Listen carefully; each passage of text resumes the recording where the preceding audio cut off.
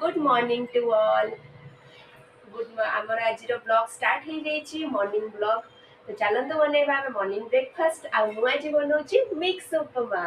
Mix उपमा माने यहाँ हूँ सुजी आ सिमेई को रोस्ट कर मिसेकी सहित आम मिक्स करवा ब्रेड। ठीक अच्छे तो तीन जिनस को लेकिन बनैबा मिक्स उपमा। तो चलते देखा केमती बनाऊँ। ये मोर कढ़ई गरम हो जाइए तो कढ़ई मुझे फर्स्ट पकाऊँ तेल। ठीक अच्छे खाइबा तेल आपण पकेबे। एटा मु नहीं तीनोटी ब्रेड नहीं मुझे तो आपण घर लोकों क्वांटिटी अनुसार नहीं पारे सुजी सिमेई आ ब्रेड रो क्वांटिटी। ठीक अच्छे तो ये ब्रेड को आम छोट छोट कट करके तेल रे भाजीदबा। तो ये देखी नियंतु मु केमिति क्यूब्स रे कट करछि छोट छोट करके। तो सेमिति आम कट करके ठीक अच्छे ताको हल्का हल्का गोले की लाइट ब्राउन पर्यंत भाजी देबे। टिके जस्ट हार्ड हैला पर्यंत भाजी देबे। आउ गैस रो फ्लेम को आपण लो मीडियम रे ही रखि थिबे। ताको हाई करिवेनी कारण ब्रेड टा बहुत सॉफ्ट थाए तो सेटा पोड़ी जिबार चांस थाए। ठीक अच्छे तो ये आमर ब्रेड टी मु भाजी देछि देखंतु। तापर कढ़ई रे आउथरे तेल प्रिपेयर करबा से जीरा आउ सोरिष पकेबा। ये मु पके देछि जीरा सोरिष एबे भेसुआ पत्र दबा आउ गोटे कंचा लंका। तापर मुझे परिवार नहीं परिवा पकई दबा।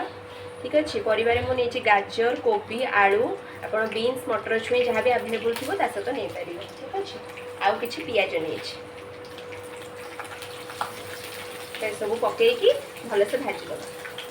परिवा पड़ सारापर मु लुण पकाऊँ लुण आउ हल्दी आप स्वाद अनुसार पकई पारे। तो ये परिवा गुड़िक मोर भाजी हो गला। तो ये एथिरे हल्का पानी दबा तापर आम सुजी सिमेई को मिसेइबा। मुझे पानी देछि परिवा बुड़ीला पर्यंत पानी दिया हबो। ठीक अच्छे मोर अध ग्लास पानी लगी आपड़ से अनुसार पानी देबे। पानी मिसेछि आपण आपण मिठा अनुसार लुण आ चीनी परिमाण करके आपण नेबे। हल्का मिठा हेले उपमाटी बहुत सुंदर लगे। सुजी सिमेई रे पानी पूरा सोक करी नहीं तो यही टाइम रे आम ए ब्रेड पकेबा। ब्रेड आगुरी जमा भी पकेबेनी कारण ब्रेड मिसी जाए थाए।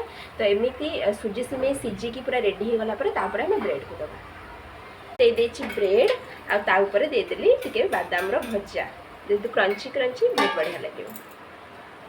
एडी गैस रो फ्लेम को बंद कर देछि आ एठी प्लेट रे मु एबे सर्व करि नउछि।